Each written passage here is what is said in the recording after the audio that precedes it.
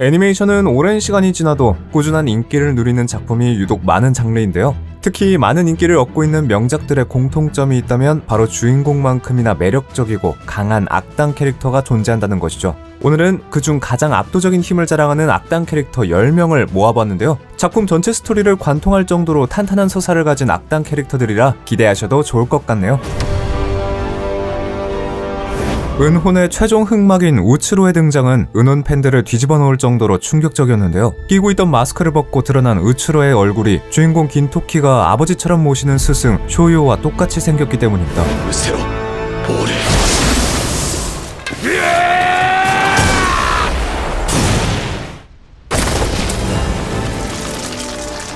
君の剣じゃ私は切れない. 하지만 우츠로는 단순히 쇼요와 외모가 같은 것이 아니라 더 큰 비밀을 안고 있는 캐릭터였죠. 긴토키는 끌려간 쇼요를 되찾기 위해 전쟁에도 참여했지만 실패하고 PTSD에 시달리며 살아가는 처지인데요. 특히 고아였던 자신을 거둬서 아버지처럼 키워준 쇼요를 지키지 못한 것에 엄청난 죄책감을 느끼며 살아가지만 사실 쇼요는 불로불사의 삶을 살아가는 우츠로라는 괴물이 긴 시간 동안 고통을 견디기 위해 만들어낸 수많은 자아들 중 하나일 뿐이었죠. 아르타나를 힘의 원천으로 삼는 생명체였던 우츠로는 이를 통해 불사의 몸을 가지게 되는데요. 하지만 그 불사의 능력을 두려워한 사회는 그를 감옥에 가두고 오랜 시간 동안 고문했고 고통을 이기지 못한 우츠로는 다중인격을 가지게 되고 쇼요는 그중 마지막 남은 선한 자아였죠. 유일하게 자신의 잔혹한 모습에 대항하던 쇼요라는 인격을 제거해버린 우츠로는 불로불사의 몸과 엄청난 재생력 그리고 뛰어난 신체 능력을 바탕으로 세상을 어지럽히기 시작하는데요. 이전까지 대활약했던 은혼의 모든 캐릭터들이 함께 덤벼들어도 한 손으로 받아치는 우츠로의 모습은 역시 최종 보스는 다르다는 생각이 들 정도로 강했습니다.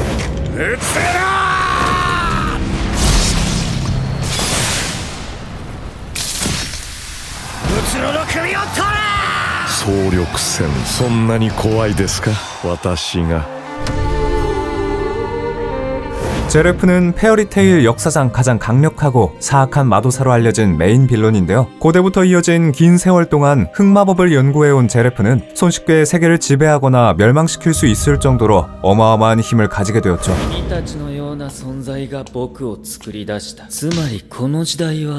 終わりを告げる。もう誰にも止められない。世界はここに完結する。君たちには罰を受けてもらうよ。命の重さを忘れさせた罪だ。悔い改めよ。 제르프가 전 세계에서 가장 사악한 마도사로 통하게 된 건 그가 받은 저주 때문이기도 한데요. 생명을 고귀하다고 생각하는 순간 범위 안에 있는 모든 생명을 다 소멸시켜버리는 힘인 앙크세럼의 저주를 가지고 있는 제르프는 오랜 시간 동안 생명을 하찮게 여기며 비뚤어진 삶을 살아왔죠. 제르프가 유일하게 애착을 가진 상대는 김이다요. END 에테리아스 나츠 드라그니르.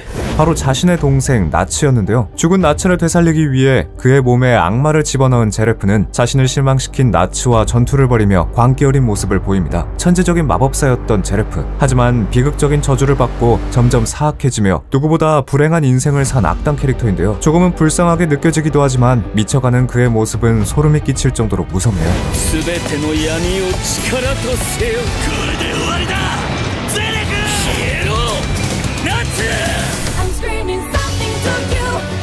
애니메이션, 게임 등 다양한 픽션 속 캐릭터들이 현실 세계로 소환된다는 독특한 설정을 가지고 있는 작품인 리크리에이터즈. 리크리에이터즈의 메인 빌런은 바로 군복공주라는 별명으로 불리는 소녀인데요. 옛되고 귀여운 외모와 가냘픈 체구와는 어울리지 않게 군복공주에게는 세계관을 뒤흔들 만한 어마어마한 비밀이 숨겨져 있죠.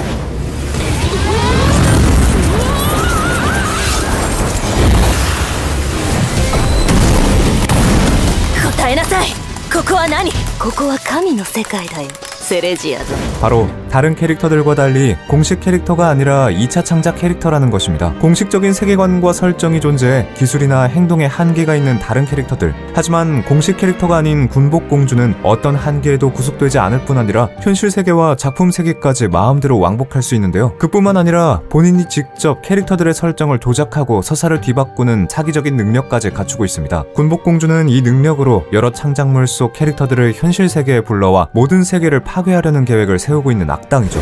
要は君たちが嫌いだ。君たちを生み出した忌まわしき神々にはヘドが出る。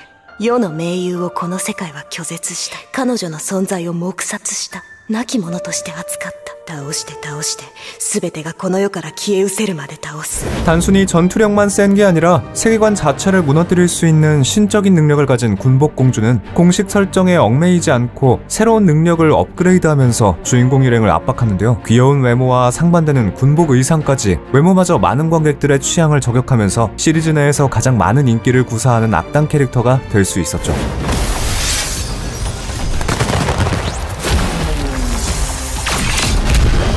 君の物語でよく存じ上げている彼女は法則を全て理解している 올포원은 나의 히어로 아카데미아에 등장하는 악의 조직인 빌런 연합의 수장인데요. 수많은 빌런들이 등장하는 나의 히어로 아카데미아 속에서도 가장 악독하고 잔혹한 악당이라고 할 수 있죠. 그 어떤 빌런보다 올포원이 가장 위협적인 이유는 바로 타인의 개성을 빼서 사용할 수 있다는 점입니다.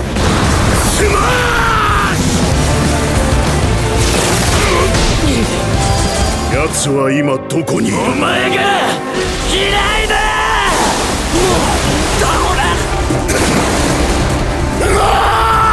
올포원의 개성은 이름 그대로 모든 것은 나를 위하여라는 슬로건으로 설명이 가능한데요. 인류에게 처음으로 개성이 발현되기 시작하던 때 태어난 올포원은 자신의 개성을 이용하여 수많은 개성들을 착취했고 그 결과 어마어마하게 많은 개성을 가진 강력한 존재가 되었습니다. 작중에서 등장한 개성만 해도 인간의 한계를 뛰어넘는 긴 세월 동안 살 수 있는 섭생, 눈으로 한 번 본 사람의 모든 정보를 파악할 수 있는 서치, 원하는 대상을 원하는 장소로 이동시킬 수 있는 전송 등 특별한 초능력뿐만 아니라 근육과 순발력, 힘을 강화시킬 수 있는 능력까지 셀 수 없을 정도로 많은데요. 하나라도 상대하기 버거운 개성을 수없이 가지고 있는 올포원의 능력은 시간이 지날수록 더욱 강해질 수밖에 없었고, 그런 올포원을 막기 위해 올포원의 동생 시가라키 요이치가 우연히 얻게 된 개성과 자신의 원래 개성이 합쳐진 것이 원포울이었죠. 君が9人目だね。でも大丈夫。君は一人じゃない。 원포울은 올포원과 정반대로 개성을 양도하는 능력인데요. 역대 최강의 히어로라고 불리는 올마이트가 바로 이 원포울의 8대 계승자인데요. 올마이트가 다음 계승자로 주인공 미도리아를 선택하면서 미도리아는 올포원을 막을 숙명을 지닌 히어로로 성장하게 되죠. 君の選んだ道は茨だぜ。獄中でね、ずーっと君のこと考えてた。次は君だ。 블리치의 아이젠 소스케 역시 은혼의 우츠로와 비슷한 캐릭터라고 할 수 있는데요. 사신세계를 뜻하는 소울소사이어티의 5번대 대장으로 굉장히 온화하고 젠틀한 이미지였던 아이젠의 정체는 ありがとう、ひなもりくん。さようなら。一つ覚えておくといい、室ヶ谷くん。憧れは理解から最も遠い感情だ。あまり強い言葉を使うなよ。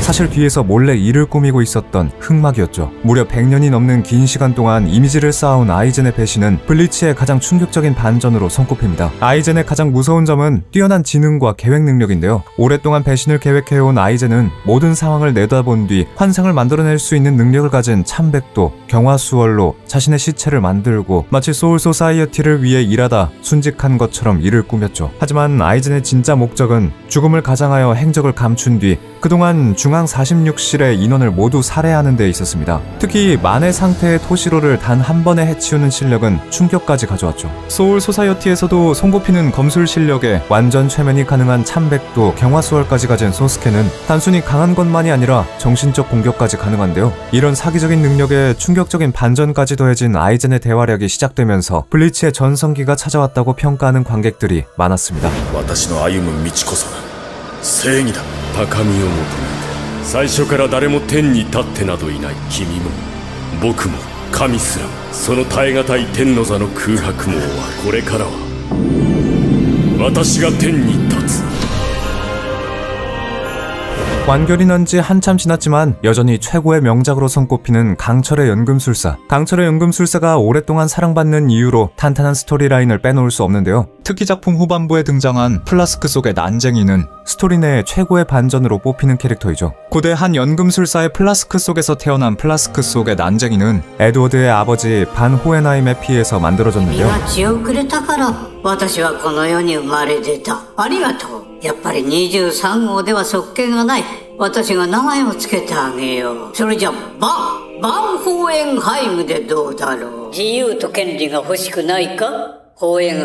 자신에게 피를 제공한 반호헤나임을 노예 신분에서 해방시키고 지식을 전수해준 플라스크 속의 난쟁이는 반호헤나임을 교묘하게 조종하여 도시 전체를 희생시키고 시민들의 영혼을 흡수하여 불사의 존재가 되어버리죠.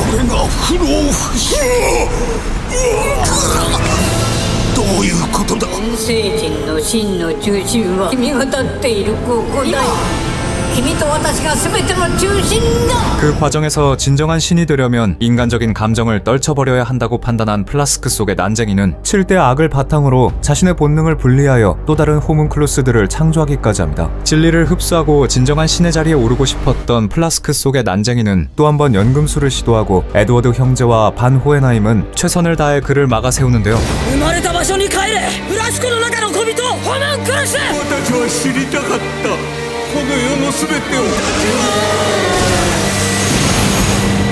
하지만 오만함이 하늘을 찔렀던 플라스크 속의 난쟁이는 결국 신이 되지 못하고 오히려 진리에게 흡수당해 소멸되고 말았습니다.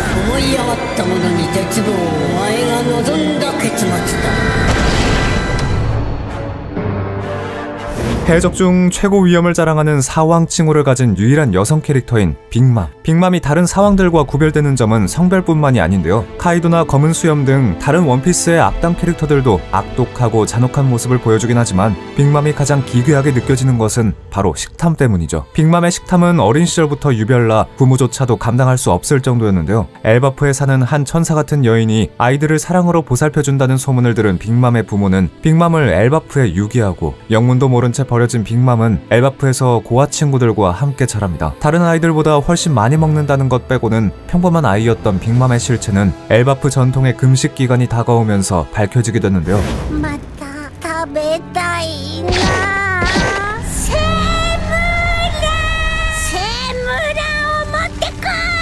먹고 싶은 과자를 먹지 못하고 강제로 굶어야 하는 나날이 지속되자 빅맘은 폭주하고 식탐아리를 일으켜 엘바프를 거의 괴멸시킬 뻔하죠. 이후 빅맘은 소울소울 열매라는 악마의 열매를 먹고 만물을 자유자재로 부릴 수 있게 되면서 더 크고 강한 힘을 얻게 됩니다. 아직 꼬마 아이였던 몸으로 거인족들의 나라 엘바프를 멸망시킬 뻔한 빅맘의 위력은 그녀를 사왕에 앉히기에 충분했는데요. 특히 식탐아리로 폭주해 함께 자란 친구들과 마더카르메를 먹어치우는 장면은 이전까지 원피스에서 단 한 번도 본 적이 없을 정도로 끔찍하고 잔혹했다는 평가를 받았습니다.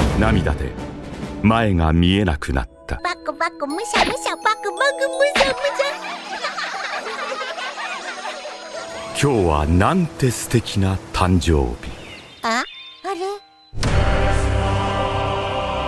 나루토의 마다라는 신에 가까운 닌자라는 이명이 붙을 정도로 엄청난 실력을 자랑하는데요. 이름에서 알 수 있다시피 우치하 가문의 인물로 우치하 일족만 쓸 수 있는 동술 사륜안을 쓰는 것으로도 유명하죠. 존재 자체가 스포일러인 마다라는 과거 초대 호카게와 함께 나무님 마을을 세운 창설자이기도 한데요. 마다라는 죽은 이후에도 닌자 세계에 영향력을 끼치며 무한 츠쿠요미라는 기술로 전 세계를 환술로 묶어 모든 고통과 전쟁을 없애고 싶다는 이상을 가지고 있었던 마다라는 결국 4차 닌자 대전 때 카부토와 오비토가 예토 전생을 활용하면서 완전히 부활해 닌자 동맹군을 압박하게 되죠.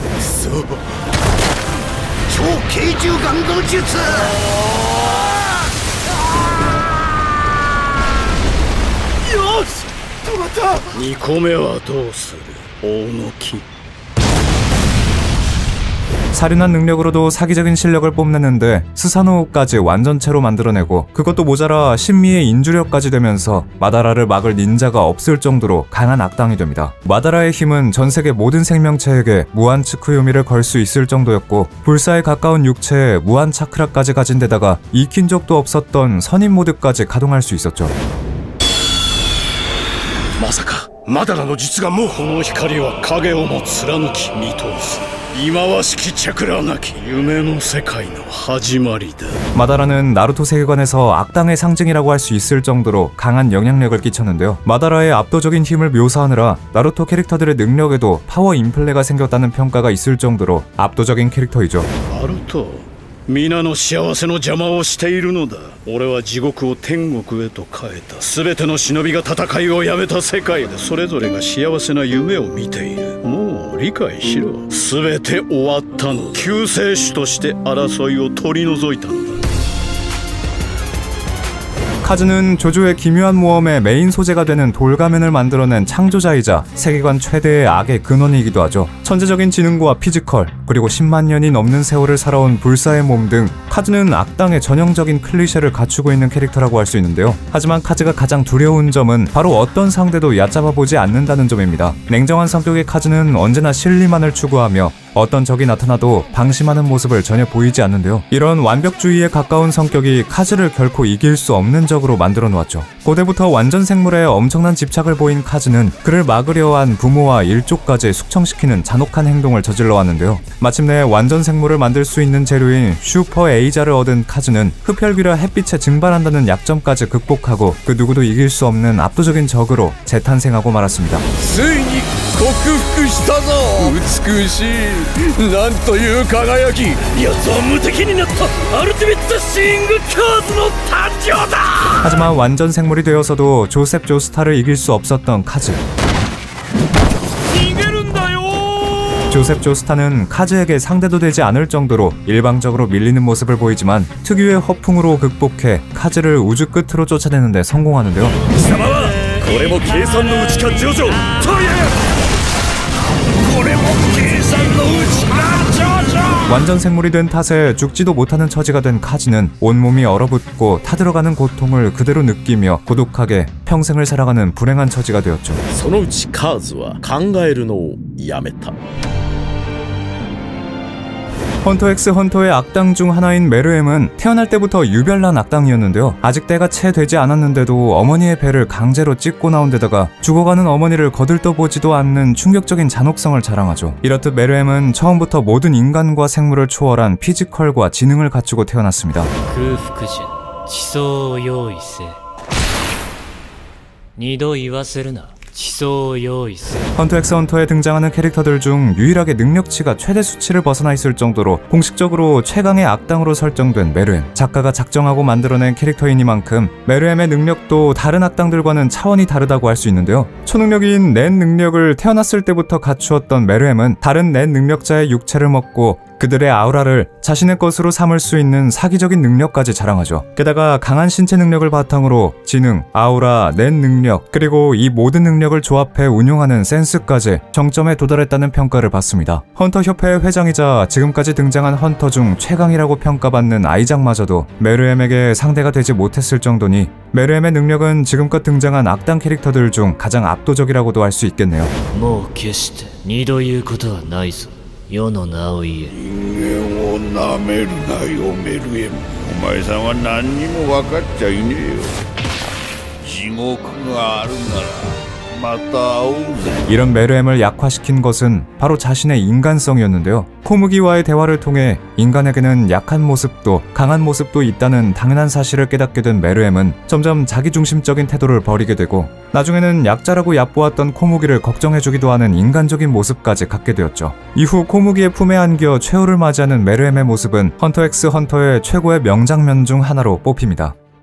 오늘은 이렇게 10명의 악당들을 소개해드리는 시간을 가졌는데요. 불사의 몸과 천재적인 지능, 그리고 압도적인 피지컬과 힘 등 악당들의 수많은 클리셰가 있지만 그 속에서도 저마다의 개성과 성격, 서사를 녹여내어 각자 다른 멋진 캐릭터들이 만들어진 것 같아요. 명작에는 때론 주인공보다 빌런의 힘이 더 필요할 때가 많은데 앞으로는 또 얼마나 멋지고 개성 있는 악당 캐릭터들이 등장할지 많은 기대가 됩니다.